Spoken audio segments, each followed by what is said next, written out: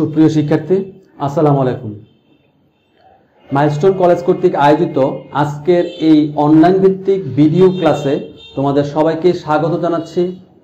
আমি মোহাম্মদ মনিরুল ইসলাম ভূঁইয়া, প্রভাষক, জীববিজ্ঞান বিভাগ, মাইলস্টোন কলেজ, উত্তরা, ঢাকা। শিক্ষার্থীরা, আজ আমি তোমাদের সাথে আলোচনা করব তোমাদের উদ্ভিদ বিজ্ঞান বিষয়ের দ্বিতীয় অধ্যায় অর্থাৎ কোষ বিভাজন অধ্যায় থেকে মাইটোসিস কোষ বিভাজন নিয়ে। তাহলে চলো আমাদের মূল ক্লাসে চলি। তোমরা 3 প্রকার কোষ বিভাজনের নাম শুনেছ। 1 অ্যামাইটোসিস, 2 মাইটোসিস এবং 3 মায়োসিস, যাকে তোমরা নবম এবং দশম শ্রেণীতে মিয়োসিস বলে জেনে এসেছো। অর্থাৎ এখন আমরা এটাকে মায়োসিস বলে আখ্যায়িত করছি। আমি আজকে তোমাদের সাথে আলোচনা করব মাইটোসিস বিভাজন নিয়ে। মাইটোসিস বিভাজন নিয়ে একটু চিন্তা করো। মাইটোসিস বিভাজন হচ্ছে ওই বিভাজন যে বিভাজনের ফলে আমরা ছোট থেকে আস্তে আস্তে বড় হতে যাচ্ছি। একটা উদ্ভিদ প্রাণী ছোট থেকে বড় অর্থাৎ দেহকোষ বিভাজনের মাধ্যমে সে যে আকার পরিবর্তন করছে তা মূলত মাইটোসিসেরই বল। এখন আসো মাইটোসিস বিভাজন কি আমরা জানি। যে কোষ বিভাজনে একটি দেহকোষের নিউক্লিয়াস বিভাজিত হয়ে সম আকৃতির ও সমগুণ সম্পূর্ণ দুটি অপত্য নিউক্লিয়াস সৃষ্টির মাধ্যমে দুটি অপত্য কোষ সৃষ্টি হয়, সেই বিভাজনকে বলা হয় মাইটোসিস কোষ বিভাজন। অর্থাৎ এই বিভাজন প্রক্রিয়ায় প্রথমে নিউক্লিয়াসের বিভাজন হবে, তার পরবর্তীতে সাইটোপ্লাজমের বিভাজন হবে। তবে একটি কোষ থেকে দুটি কোষ উৎপন্ন হবে। অপত্য কোষ দুটির নিউক্লিয়াসের ক্রোমোজোম সংখ্যা মাতৃকোষের ক্রোমোজোম সংখ্যার সমগুণ এবং সমান হয়ে থাকে। তাহলে আমরা সংখ্যাটা এভাবেও বলতে পারি, যে কোষ বিভাজন প্রক্রিয়ায় একটি প্রকৃত কোষের নিউক্লিয়াস এবং ক্রোমোজোম উভয় একবার বিভক্ত হয়ে দুটি অপত্য কোষের সৃষ্টি করে তাকে বলা হয় মাইটোসিস কোষ বিভাজন। এখন আসো তোমাদের আরেকটি ছোট্ট প্রশ্ন আসে যে মাইটোসিসকে কেন ইকুয়েশনাল অথবা সমীকরণিক বিভাজন বলা হয়। মাইটোসিস বিভাজনকে কেন ইকুয়েশনাল অথবা সমীকরণিক বিভাজন বলা হয়? মাইটোসিস কোষ বিভাজনে মাতৃকোষের প্রতিটি ক্রোমোজোম সেন্ট্রোমিয়ার সহ লম্বালম্বি দুটি ভাগে বিভক্ত হয়ে যায়। প্রতিটা ক্রোমোজোম সেন্ট্রোমিয়ার সহ লম্বালম্বিভাবে দুটি অংশে বিভক্ত হয়ে যায় এবং নিকটবর্তী দুই মেরুতে গমন করে। ফলে সৃষ্ট কোষ দুটিতে ক্রোমোজোম সংখ্যা মাতৃকোষের ক্রোমোজোম সংখ্যার সমান হয়ে থাকে। যেহেতু অপত্য কোষে ক্রোমোজোম সংখ্যা মাতৃকোষের ক্রোমোজোম সংখ্যার সমান হয়ে থাকে, সেহেতু এই বিভাজনকে বলা হয় ইকুয়েশনাল অথবা সমীকরণিক বিভাজন। তোমাদের অনুধাবন প্রশ্নে মাঝে মাঝে আসে থাকে মাইটোসিসকে কেন সমীকরণিক বিভাজন অথবা ইকুয়েশনাল ডিভিশন বলা হয়। আমরা প্রশ্নের জবাবে এই উত্তরটি লিখে দিব। এখন আসো মাইটোসিস বিভাজন কোথায় কোথায় ঘটে আমরা দেখি। মাইটোসিস প্রাণী এবং উদ্ভিদের বিভাজনক্ষম অর্থাৎ বিভাজনের সক্ষম দৈহিক কোষে ঘটে থাকে। যেমন উদ্ভিদের কাণ্ড, শাখা প্রশাখার শীর্ষ, মূলের বর্ধিষ্ণু অঞ্চল, কেম্বিয়াম প্রভৃতি অঞ্চলে মাইটোসিস ঘটে থাকে। জীবদেহের সকল অঙ্গ প্রত্যঙ্গে মাইটোসিস প্রক্রিয়ারই ফল। এমনকি যৌনাঙ্গের গঠন এবং তার সংখ্যা বৃদ্ধিও মাইটোসিসেরই ফল। মাইটোসিস কোষ বিভাজন একটি ধারাবাহিক এবং গতিশীল প্রক্রিয়া। মাইটোসিস প্রক্রিয়ায় একটা মাতৃকোষের প্রথমে নিউক্লিয়াসের বিভাজন ঘটে, তার পরবর্তীতে সাইটোপ্লাজমের বিভাজন ঘটে। আর এই নিউক্লিয়াসের বিভাজনকে বলা হয় ক্যারিওকাইনেসিস এবং সাইটোপ্লাজমের বিভাজনকে বলা হয় সাইটোকাইনেসিস। বর্ণনার সুবিধার্থে ক্যারিওকাইনেসিসকে আমরা 5টি ধাপে আলোচনা করতে পারি। এখন আসো আমরা ক্যারিওকাইনেসিসের 5টি ধাপ সম্বন্ধে একটু জানি। প্রথম ধাপ প্রোফেজ, দ্বিতীয় ধাপ প্রোমেটাফেজ, তারপর মেটাফেজ, অ্যানাফেজ এবং সর্বশেষ ধাপ ছিল টেলোফেজ। প্রোফেজ কথাটি দেখো, প্রো অর্থাৎ আদি বা প্রাক, আর ফেজ শব্দের অর্থ পর্যায় অথবা দশা। প্রোফেজ হচ্ছে মাইটোসিস কোষ বিভাজনের প্রথম পর্যায়। এটি সবচেয়ে দীর্ঘস্থায়ী পর্যায়। এই পর্যায়ে নিউক্লিয়াসের আকার বড় হয়ে থাকে। নিউক্লিয়াস বিশেষ করে ক্রোমাটিন তন্তুগুলো জল বিয়োজন আরম্ভ করে। তোমরা এই দশা যখনই দেখবে তখন তার এর আগের দশা অর্থাৎ ইন্টারফেজ দশার সাথে এই দশার পরিবর্তনটি লক্ষ্য করবে, আর এই পরিবর্তনগুলি আমরা প্রোফেজ দশায় লিখে দিব। এই দশায় ক্রমাগত জল বিয়োজনের ফলে ক্রোমাটিন তন্তুগুলো খাটো এবং মোটা হতে থাকে। ক্রোমাটিন তন্তুগুলো খাটো এবং মোটা হতে থাকে এবং ক্রোমোজোমগুলো নির্দিষ্ট হয়ে থাকে, রং ধারণ ক্ষমতা বৃদ্ধি পায় এবং স্পষ্ট থেকে স্পষ্টতর হতে থাকে। তোমরা একটু খেয়াল করো ইন্টারফেজ দশায় ক্রোমাটিন তন্তুগুলোর অবস্থা কেমন এবং প্রোফেজ দশার অবস্থা কেমন, তার পরিবর্তনগুলো ভালো করে লক্ষ্য করো এবং ওই লক্ষ্য করার উপর ভিত্তি করে আমাদের লেখাগুলো লিখে ফেলবো। এই পর্যায়ে ক্রোমাটিন তন্তুগুলো কুণ্ডলিত হয় এবং এই প্রক্রিয়াকে, যে প্রক্রিয়া ক্রোমাটিন তন্তুগুলো কুণ্ডলিত হয় ওই প্রক্রিয়াকে বলা হয় স্পাইরালাইজেশন। ওই প্রক্রিয়াকে বলা হয় স্পাইরালাইজেশন। এই পর্যায়ে প্রতিটি ক্রোমোজোম সেন্ট্রোমিয়ার ব্যতীত লম্বালম্বী দুটি সূত্রে বিভক্ত হয়। প্রতিটি ক্রোমোজোম লম্বালম্বীভাবে দুটি সূত্রে বিভক্ত হয় আর তখন প্রতিটি সূত্রকে বলা হয় ক্রোমাটিড। ওই অবস্থায় প্রত্যেকটা সূত্রকে আমরা বলবো ক্রোমাটিড। এই পর্যায়ে শেষের দিকে নিউক্লিওলাস এবং নিউক্লিয়ার এনভেলাপ বিলুপ্তি করতে থাকে। তোমরা এই পর্যায়ে দেখো নিউক্লিওলাস স্পষ্টত এবং নিউক্লিয়ার এনভেলাপও স্পষ্টত, কিন্তু পরবর্তী দশা যে প্রোমেটাফেজ দশা আমরা দেখবো এর বিলুপ্তি করতে থাকে। সাইক্লিন ডিপেন্ডেন্ট কাইনেজ কর্তৃক কিছু প্রোটিনের ফসফোরিলেশনের কারণে ক্রোমোজোমগুলো সংকোচন শুরু হয় এবং কিছু প্রোটিনের ফসফোরিলেশনের কারণেই নিউক্লিয়ার এনভেলাপের বিলুপ্তি করতে থাকে। একেবারে শেষের দিকে স্পিন্ডেল যন্ত্রের সূচনা ঘটে, যা আমরা প্রোমেটাফেজ দশায় পড়ব। প্রাণীকোষের ক্ষেত্রে নিউক্লিয়াসের পাশে তোমরা সেন্ট্রিওল দেখতে পাবে। এই সেন্ট্রিওলগুলো বিভক্ত হয়ে দুই মেরুতে গমন করে এবং সেন্ট্রিওলকে ঘিরে অ্যাস্টার রশ্মির আবির্ভাব ঘটে। উভয় প্রান্তে অ্যাস্টার রশ্মির জোড়া লেগে স্পিন্ডেল যন্ত্রের সৃষ্টি হয়।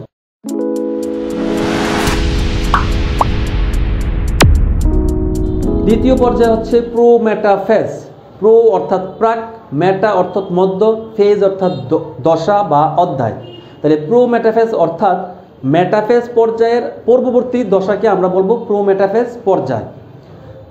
প্রোফেজ পর্যায়ের পরবর্তী পর্যায় এবং মেটাফেজ পর্যায়ের অগ্রবর্তী পর্যায়কে বলা হয় প্রোমেটাফেজ। এটি একটি স্বল্পস্থায়ী পর্যায়। প্রোমেটাফেজ হচ্ছে একটি স্বল্পস্থায়ী পর্যায়। প্রোফেজের একেবারে শেষের দিকে উদ্ভিদ কোষের কতগুলো তন্তুময় প্রোটিন সমন্বয়ে দু মেরুযুক্ত একটি স্পিন্ডেল যন্ত্রের সৃষ্টি হয়। তোমরা স্পিন্ডেল যন্ত্র ভালো করে লক্ষ্য করো, উপর থেকে নিচের দিকে যে দাগাঙ্কিত অংশগুলো দেখতে পাচ্ছ তা হচ্ছে স্পিন্ডেল তন্তু। কতগুলো স্পিন্ডেল তন্তু দ্বারাই স্পিন্ডেল যন্ত্রের সৃষ্টি হয়। এ পর্যায়ের প্রথম দিকে স্পিন্ডেল যন্ত্রের তন্তুগুলোর আঘাতে নিউক্লিয়ার এনভেলাপের বিলুপ্তি হতে থাকে এবং একসময় তা বিলুপ্ত হয়ে যায়। এ পর্যায়ে নিউক্লিওলাসেরও বিলুপ্তি ঘটে। স্পিন্ডেল যন্ত্রের মধ্যবর্তী অঞ্চলকে, এই যে স্পিন্ডেল যন্ত্র দেখতে পাচ্ছ তার ঠিক মধ্যবর্তী যে অঞ্চল, ওই অঞ্চলটাকে বলা হয় ইকুয়েটর অথবা বিষুবীয় অঞ্চল। ওই অঞ্চলটা স্পিন্ডেল যন্ত্রের মধ্যবর্তী অঞ্চলকে ইকুয়েটর অথবা বিষুবীয় অঞ্চল বলা হয়। স্পিন্ডেল যন্ত্রের তন্তুগুলো এক মেরু থেকে অপর মেরু পর্যন্ত বিস্তৃত। এই তন্তুগুলোকে বলা হয় স্পিন্ডেল ফাইবার। প্রোমেটাফেজ পর্যায়ে ক্রোমোজোমগুলো সেন্ট্রোমিয়ারের স্পিন্ডেল যন্ত্রের নির্দিষ্ট তন্তুতে লেগে যায়। একটু খেয়াল করে দেখো স্পিন্ডেল যন্ত্রের যে কতগুলো তন্তু আছে, কিছু কিছু তন্তুতে ক্রোমোজোমগুলো আটকিয়ে গেছে এবং ওই আটকানো অংশটু ভালো করে লক্ষ্য করো, সেন্ট্রোমিয়ার অঞ্চল দ্বারাই ক্রোমোজোমগুলো আটকিয়ে থাকে। স্পিন্ডেল তন্তু সেন্ট্রোমিয়ারের কাইনেটোকোরের যে মোটর প্রোটিন, তোমরা সেন্ট্রোমিয়ারটা ভালো করে লক্ষ্য করো, ক্রোমোজোমের মধ্যবর্তী অঞ্চলে যে সেন্ট্রোমিয়ার থাকে, সেন্ট্রোমিয়ারের উপরে এক ধরনের কাইনেটোকোরের মোটর প্রোটিন থাকে। ওই প্রোটিনের সাথে স্পিন্ডেল তন্তুগুলো আটকে যায়। এই সময় ক্রোমোজোমগুলো একটু আন্দোলিত হয় এবং বিষুবীয় অঞ্চলের দিকে যেতে থাকে। ক্রোমোজোমগুলো অন্যান্য অংশ থেকে বিষুবীয় অঞ্চলের দিকে অর্থাৎ স্পিন্ডেল তন্ত্রের বিষুবীয় অঞ্চলের দিকে যেতে থাকে। এই যে যাওয়ার সময় এক ধরনের নৃত্য প্রদর্শন করে, ওই নৃত্যকে বলা হয় ক্রোমোজোমীয় নৃত্য। ক্রোমোজোমীয় নৃত্য তোমরা ভালো করে একটু লক্ষ্য করো, অনেকগুলো স্পিন্ডেল তন্তু রয়েছে। সব স্পিন্ডেল তন্তুতে কিন্তু ক্রোমোজোমগুলো আটকিয়ে যায় নাই। যে সকল স্পিন্ডেল তন্তুতে ক্রোমোজোমগুলো আটকিয়ে গেছে ওই স্পিন্ডেল তন্তুকে বলা হয় ট্র্যাকশন ফাইবার অথবা ক্রোমোজোমাল তন্তু। ট্র্যাকশন ফাইবার অথবা ক্রোমোজোমাল তন্তু।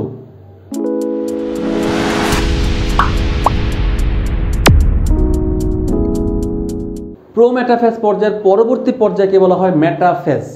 মেটাফেজ, মেটা অর্থাৎ মধ্যবর্তী, ফেজ শব্দের অর্থ পর্যায়। মেটাফেজ মানে মধ্যবর্তী পর্যায়। এই পর্যায়ের প্রথমেই সমস্ত ক্রোমোজোম স্পিন্ডেল যন্ত্রের বিষুবীয় অঞ্চলে এসে অবস্থান করে। তোমরা চিত্রে দেখতে পাচ্ছ সবগুলা ক্রোমোজোমই স্পিন্ডেল যন্ত্রের বিষুবীয় অঞ্চলে অবস্থান করছে। স্পিন্ডেল যন্ত্রের বিষুবীয় অঞ্চলে ক্রোমোজোমগুলো বিন্যস্ত হওয়াকে বলা হয় মেটাকাইনেসিস। এই অংশটুকু একটু দাগিয়ে রাখতে পারো।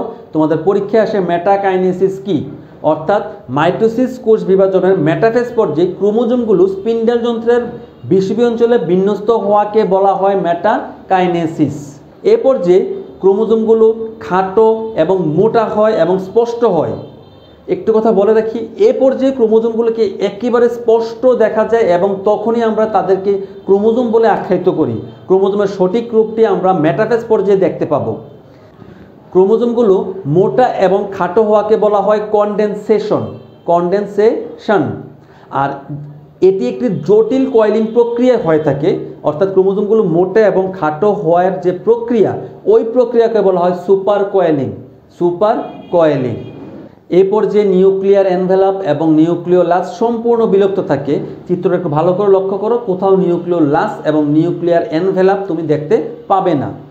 এ পর্যায়ে শেষ ভাগে প্রতিটি সেন্ট্রোমিয়ার সম্পূর্ণ বিভক্ত হয়ে দুটি অপত্য সেন্ট্রোমিয়ার সৃষ্টি করে, যা আমরা এই চিত্রে দেখতে পাচ্ছি না, কিন্তু এর পরবর্তী চিত্র অর্থাৎ অ্যানাফেজ দশায় আমরা দেখতে পাবো। এই পর্যায়ে এতটুকুই। তার পরবর্তী পর্যায়ে হচ্ছে অ্যানাফেজ।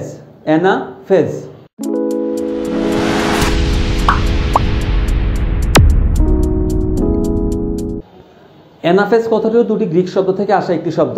অ্যানা শব্দের অর্থ গতিশীল, ফেজ অর্থাৎ পর্যায়, অর্থাৎ অ্যানাফেজ পর্যায় হচ্ছে মাইটোসিস বিভাজনের সবচেয়ে গতিশীল কোন একটা পর্যায়। সেন্ট্রোমিয়ার পৃথক হওয়ার সাথে সাথে আমরা এর আগের পর্যায়ে দেখেছি সেন্ট্রোমিয়ারগুলো বিভক্ত হয়ে যায়। সেন্ট্রোমিয়ার বিভক্ত হওয়ার সাথে সাথে সেন্ট্রোমিয়ারগুলো মেরুমুখী চলন শুরু করে। সেন্ট্রোমিয়ারের পূর্ণ বিভক্তির ফলে প্রতিটি ক্রোমাটিড একটি করে অপত্য ক্রোমোজোমে পরিণত হয় এবং প্রতিটি অপত্য ক্রোমোজোম এদের নিকটবর্তী মেরুর দিকে ধাবিত হয়। নিকটবর্তী মেরু বলতে নিচে একটি মেরু দেখছি, ওপরে একটি মেরু দেখতে পাচ্ছি, ওই মেরুর দিকে এদের গমন শুরু হয়। অপত্য ক্রোমোজোমগুলি মেরুমুখী চলনেই সেন্ট্রোমিয়ার অগ্রগামী থাকে এবং বাহুদ্বয় অনুগামী থাকে। চিত্রে স্পষ্টত দৃশ্যমান যে সেন্ট্রোমিয়ারগুলো মেরুর দিকে এবং বাহুগুলো তার পেছন দিকে অর্থাৎ পশ্চাৎ দিকে থাকে। অপত্য ক্রোমোজোমগুলো মেরুর কাছাকাছি পৌঁছালে অ্যানাফেজ পর্যায়ে সমাপ্তি ঘটে। অ্যানাফেজ পর্যায়ে ক্রোমোজোমগুলো যখন সেন্ট্রোমিয়ার বিভক্ত করে, তখন এক্ষেত্রে ক্রোমোজোমগুলোর আকৃতি কয়েকটা ইংরেজি বর্ণের সাথে মিল হয়ে যায়, যেমন VLJI এর মতো ক্রোমোজোমগুলো দেখা যায়। তোমরা দেখো চিত্রে VLJI এর মতো করে ক্রোমোজোমগুলো দৃশ্যমান হচ্ছে। ভি আকৃতির যে ক্রোমোজোমটি দেখতে পাচ্ছি তা হচ্ছে মেটাসেন্ট্রিক ক্রোমোজোম। এল আকৃতির যে ক্রোমোজোমটি দেখতে পাচ্ছি তা হচ্ছে সাবমেটাসেন্ট্রিক। যে আকৃতির যে ক্রোমোজোমটা আমরা দেখতে পাচ্ছি তা হচ্ছে একট্রোসেন্ট্রিক ক্রোমোজোম, এবং আই আকৃতির যে ক্রোমোজোমটি দেখতে পাচ্ছি তা হচ্ছে টেলোসেন্ট্রিক ক্রোমোজোম। ক্রোমোজোমের ভিতরে সেন্ট্রোমিয়ারের অবস্থানের উপর ভিত্তি করে আমরা 4 প্রকার ক্রোমোজোম দেখতে পাই: মেটাসেন্ট্রিক, সাবমেটাসেন্ট্রিক, একট্রোসেন্ট্রিক এবং টেলোসেন্ট্রিক।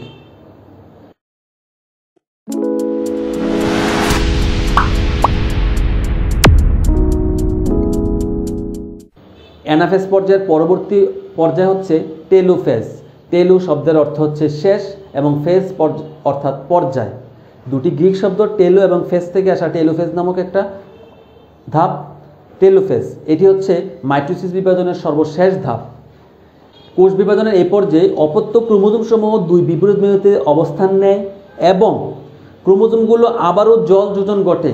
আমরা প্রোফেজ পর্যায়ে দেখেছি জল বিয়োজন করে ক্রোমোজোমগুলো মোটা খাটো হয়, আর এই টেলোফেজ পর্যায়ে আমরা দেখো ক্রোমোজোমগুলো জল যোজন ঘটে, ফলে ক্রোমোজোমগুলো ক্রমান্বিত প্রসারিত হতে থাকে, চিকন এবং লম্বা হতে থাকে এবং আস্তে আস্তে অস্পষ্টতর হয়ে এরা নিউক্লিয়ার রেটিকুলামে পরিণত হয়। সেট ক্রোমোজোমের গৌণকুঞ্জনে নিউক্লিওলাসের আবির্ভাব ঘটে। ক্রোমাটিন তন্তুগুলোকে ঘিরে নিউক্লিয়ার এনভেলাপ সৃষ্টি হয়, ফলে দুমেরুতে দুটি অপত্য নিউক্লিয়াসের সৃষ্টি হয়। স্পিন্ডাল ফাইবারগুলো ধীরে ধীরে অদৃশ্য হয়ে যায়। প্রতিটি নিউক্লিয়াসে ক্রোমোজোমের সংখ্যা মাতৃকোষের নিউক্লিয়াসের ক্রোমোজোমের সংখ্যার সমান হয়ে থাকে। এভাবে সমসংখ্যক ক্রোমোজোমযুক্ত সম আকৃতির এবং সম গুণাগুণ সম্পন্ন দুটি অপত্য নিউক্লিয়াস সৃষ্টির মাধ্যমে মাইটোসিস বিভাজনের ক্যারিওকাইনেসিস ধাপটি সমাপ্ত ঘটে।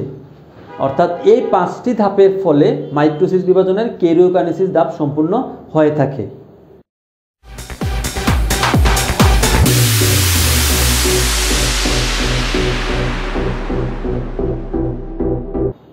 টেলোফেজ পর্যায়ের শেষে আসো সাইটোকাইনেসিস নিয়ে, অর্থাৎ কেরোকাইনেসিস সম্পূর্ণ হওয়ার পরেই সাইটোকাইনেসিস। টেলোফেজ পর্যায়ের শেষের দিকে সাইটোকাইনেসিস আরম্ভ হয়। বিভাজনরত কোষের সাইটোপ্লাজম দুভাগে বিভক্ত হওয়াই সাইটোকাইনেসিস, অর্থাৎ সাইটোপ্লাজমের বিভাজন হওয়াটাকে আমরা বলি সাইটোকাইনেসিস। উদ্ভিদ কোষের সাইটোকাইনেসিস ঘটে কোষ প্লেট এবং কোষ প্রাচীর সৃষ্টির মাধ্যমে। তখন উদ্ভিদ কোষের স্পিন্ডাল যন্ত্রের বিষুবীয় অঞ্চল ক্রমশ প্রশস্ত হয়ে কোষ প্রাচীরকে স্পর্শ করে সূত্রগুলো আস্তে আস্তে অদৃশ্য হয়ে যায়। এন্ডোপ্লাজমিক রেটিকুলাম থেকে আসা ফ্র্যাগমোপ্লাস্ট এবং ভেসিকল মিলিত হয়ে কোষ প্লেট তৈরি করে। তোমরা কোষ প্লেট দেখতে পাচ্ছ, যা দুটি কোষের মধ্যবর্তী অংশে কোষ প্লেট সৃষ্টি হয়েছে। কোষ প্লেটের ওপর হেমিসেলুলোজ এবং অন্যান্য দ্রব্য জমা হয়ে কোষ প্রাচীর সৃষ্টি করে। কোষ প্রাচীর গঠন সম্পূর্ণ হলে মাতৃকোষ দুটি সমান দুটি ভাগে বিভক্ত হয়ে যায়, আর এভাবে জন্ম হয় নতুন দুটি অপত্য কোষের। প্রাণী কোষের ক্ষেত্রে স্পিন্ডাল যন্ত্রের বিষুবীয় অঞ্চল বরাবর কোষ ঝিল্লিটি গর্তের ন্যায় ভেতরের দিকে অর্থাৎ মাঝখানে মিলিত হয়, ফলে কোষ দুটি ভাগে বিভক্ত হয়ে পড়ে। এভাবেই একটি কোষ থেকে দুটি কোষের উদ্ভব ঘটে। যদি কেরোকাইনেসিস ঘটে আর সাইটোকাইনেসিস না ঘটে, তখন দেখা যায় একটি কোষের ভিতরে অসংখ্য নিউক্লিয়াস সৃষ্টি হয়ে যায়। তখন তাকে বলা হয় মুক্ত নিউক্লিয়ার বিভাজন, অর্থাৎ নিউক্লিয়াসের বিভাজন ঘটেছে কিন্তু সাইটোপ্লাজমের বিভাজন ঘটে নাই। এগুলো আমরা দেখব উদ্ভিদ কোষের ক্ষেত্রে শৈবাল এবং ছত্রাকে, আর তখন আমরা ওই কোষটিকে বলি আমরা সিনুসাইট। কিন্তু প্রাণী কোষের ক্ষেত্রে যখন দেখি, তখন আমরা এটাকে বলা হয় সিনসাইটিয়াম। প্রাণী কোষের যেমন অস্থিপেশী এবং অস্থিমজ্জার অস্টিওক্লাস্ট কোষে বহু নিউক্লিয়াস যুক্ত কোষ বা সিনসাইটিয়াম দেখা যায়। এখন আসো মাইটোসিস বিভাজনের গুরুত্ব নিয়ে তোমাদের একটু জানাই। মাইটোসিস বিভাজনের গুরুত্ব বিস্তর, তারপরেও আমি অংশবিশেষ তোমাদের সাথে একটু আলোচনা করে দিচ্ছি। যেমন দেহ গঠন এবং দৈহিক বৃদ্ধিতে বহুকোষী জীবদেহ জাইগোট নামক একটি মাত্র কোষ থেকে মাইটোসিস বিভাজনের ফলে সম্পূর্ণ দেহটি গঠন করে থাকে। বংশবৃদ্ধির ক্ষেত্রে আসো, এককোষী সুকেন্দ্রিক জীবে মাইটোসিস বিভাজনের ফলে বংশবৃদ্ধি ঘটে থাকে, যেমন আমরা ক্ল্যামাইডোমোনাস শৈবালের কথাই দেখতে পারি। জননাঙ্গ সৃষ্টি এবং সংখ্যা বৃদ্ধি, জননাঙ্গ সৃষ্টি এবং জনন কোষের সংখ্যা বৃদ্ধি করেও মাইটোসিসেরই ফল। নির্দিষ্ট আকার এবং আয়তন রক্ষা করার কথা চিন্তা করো, যে উদ্ভিদ দেহ কিংবা প্রাণী দেহের ক্ষেত্রে কোষের নির্দিষ্ট আকার এবং আয়তন রক্ষা করতে মাইটোসিস বিভাজনের গুরুত্বই বেশি। নিউক্লিয়াস এবং সাইটোপ্লাজমের ভারসাম্যর কথা একটু চিন্তা করো। সাইটোপ্লাজমে অবস্থিত বিভিন্ন ক্ষুদ্রাঙ্গ এবং রাসায়নিক উপাদানের সাহায্যে নিউক্লিয়াস কোষের বিপাক ক্রিয়া নিয়ন্ত্রণ করে। আর এই নিউক্লিয়াস এবং সাইটোপ্লাজমের ভারসাম্য রক্ষার ক্ষেত্রে মাইটোসিস বিভাজন বিশেষভাবে ভূমিকা পালন করে থাকে, যা তোমরা বিভাজনের শুরুতেই দেখেছো, যে একটি অবস্থায় নিউক্লিয়াস বিভাজিত হয়, অন্য একটি অবস্থায় সাইটোপ্লাজম বিভাজিত হয়। সম্পূর্ণ ঘটনাটি মাইটোসিস বিভাজনেরই ফল। ক্রোমোজোমের সমতা রক্ষার কথা একটু খেয়াল করো। মাইটোসিস কোষ বিভাজনের কারণেই দেহের সব কোষের সমান সংখ্যক ক্রোমোজোম এবং সমগুণাগুণ সম্পন্ন হয়ে থাকে। ক্ষতস্থান পূরণের দিকে একটু তাকাও। বহুকোষী জীবদের যে ক্ষত সৃষ্টি হয় তা মাইটোসিস বিভাজনের ফলে ক্ষতস্থান পূরণ করে থাকে। ক্রমাগত ক্ষয়পূরণ, পুনরুৎপাদন এসব ক্ষেত্রেও মাইটোসিসের বিভাজনের গুরুত্ব অপরিসীম। তোমরা একটু খেয়াল করে দেখো, আমাদের দেহে এমন কিছু কিছু কোষ রয়েছে যেগুলোর আয়ুষ্কাল নির্দিষ্ট, অর্থাৎ নির্দিষ্ট সময় পরেই এদের বিনষ্ট হয়ে যায়। ওইসব কোষগুলো নতুন করে তৈরি করতে মাইটোসিস বিভাজনই কাজ করে থাকে। যেমন আমাদের যে রক্তের লোহিত রক্তকণিকা এবং কর্নিয়ার বাইরের কোষ, এই কোষগুলো নির্দিষ্ট সময় পরপর নিজে নিজে আবার তৈরি হতে পারে, আর এও সম্ভব মাইটোসিস কোষ বিভাজনেরই ফলে। গুণগত বৈশিষ্ট্য এবং স্থিতিশীলতা রক্ষা, মাইটোসিস বিভাজনের ফলে জীবদেহের গুণাগুণ, অর্থাৎ যে একটি মাতৃকোষের পরে অপত্য কোষ যে সৃষ্টি হয়েছে তার গুণাগুণ কিন্তু সমানভাবে ট্রান্সফার হচ্ছে। এক্ষেত্রে গুণাগুণ বৈশিষ্ট্য স্থির রাখতে মাইটোসিস বিভাজন গুরুত্বপূর্ণ ভূমিকা পালন করে। আরেকটি কথা খেয়াল করো, অনিয়ন্ত্রিত মাইটোসিস। তোমরা জেনে থাকো যে আমাদের দেহেও হয়ে থাকে যে টিউমার সেলগুলোর কথা একটু চিন্তা করি। টিউমার সেল এবং এক মুহূর্তে তা ক্যান্সার সেলেও রূপান্তর হতে পারে, আর টিউমার সেল সৃষ্টিতেও মাইটোসিস বিভাজনে গুরুত্বপূর্ণ ভূমিকা পালন করে। এখন আসো অনিয়ন্ত্রিত মাইটোসিস সম্বন্ধে একটু জানি। আমরা জানি মাইটোসিস বিভাজনের ফলে একটি থেকে দুটি, দুটি থেকে চারটি, চারটি থেকে আটটি, এইভাবে একটির পর একটি কোষ বৃদ্ধি পেতে থাকেই। কিন্তু কোনো কারণে যদি অস্বাভাবিকভাবে কোষ বিভাজন চলতে থাকে তখন সৃষ্টি হয় টিউমার। তাছাড়া ক্যান্সারও এই নিয়ন্ত্রণহীন অস্বাভাবিক কোষ বিভাজনেরই ফল। মাইটোসিস কোষ বিভাজন নিয়ন্ত্রণ হইতে দুটি এনজাইমের নাম তোমরা বইয়ে পড়ে থাকবে। একটি হচ্ছে সাইক্লিন ডিপেন্ডেন্ট কাইনেজ এবং P53। এরা প্রোটিনও বটে। এরা কি করে? এরা মূলত কোষ বিভাজনকে নিয়ন্ত্রণ করে থাকে, অর্থাৎ কোষ বিভাজনটাকে নিয়ন্ত্রণ করা সম্পূর্ণ এই দুটি এনজাইম বা প্রোটিন দ্বারাই হয়ে থাকে। এখন খেয়াল করো, গবেষণায় দেখা গেছে বিভিন্ন প্রকার পেপিলোমা ভাইরাস ক্যান্সার সৃষ্টিতে সহায়ক। তাদের অর্থাৎ পেপিলোমা ভাইরাসের E6 এবং E7 নামক দুটি জিন রয়েছে যার কিছু রাসায়নিক পদার্থ কোষ বিভাজনের নিয়ন্ত্রক যে সাইক্লিন ডিপেন্ডেন্ট কাইনেজ এবং P53 সাইক্লিন ডিপেন্ডেন্ট কাইনেজ এবং P53-কে স্থানচ্যুত করে। ফলে কোষ বিভাজনের নিয়ন্ত্রণ নষ্ট হয়ে যায়, সৃষ্টি হয় টিউমার। আবার অনেক সময় এই জিন দুটি পোষক কোষের জিনের সাথে একীভূত হয়ে যায় এবং কোষের বৃদ্ধি নিয়ন্ত্রণকারী প্রোটিনসমূহের কাজ বন্ধ করে দেয়, সৃষ্টি করে দেয় ক্যান্সার। আমরা জানি ক্যান্সার একটি মারাত্মক ব্যাধি। আমাদের সমস্ত শরীরে শ্বেত রক্তকণিকা রয়েছে যা বিভিন্ন ধরনের রোগ জীবাণুর বিরুদ্ধে কাজ করে থাকে। শ্বেত রক্তকণিকা ফ্যাগোসাইটোসিস প্রক্রিয়ায় রোগ জীবাণু ভক্ষণ করে থাকে। শ্বেত রক্তকণিকার পরিমাণ আমাদের দেহে একটি নির্দিষ্ট রয়েছে, যে অনুপাতে আমাদের সমস্ত শরীরে রক্ত সার্কুলেশন হচ্ছে।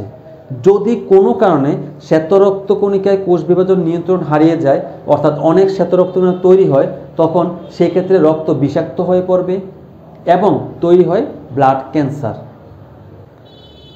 প্রিয় শিক্ষার্থীরা, তাহলে আমাদের মাইটোসিস বিভাজন এই পর্যন্তই। তোমরা যে কাজটি করবে, তোমরা সম্পূর্ণ ক্লাসটি ভালো করে কয়েকবার দেখবে, তোমাদের বইয়ের সাথে মিলিয়ে পড়ার চেষ্টা করবে। অবশ্যই চিত্র আঁকবে। এইসব যে চিত্র আমি দেখিয়েছি, সব চিত্রগুলো মাথায় রেখে তোমরা তার বর্ণনা লিখবে।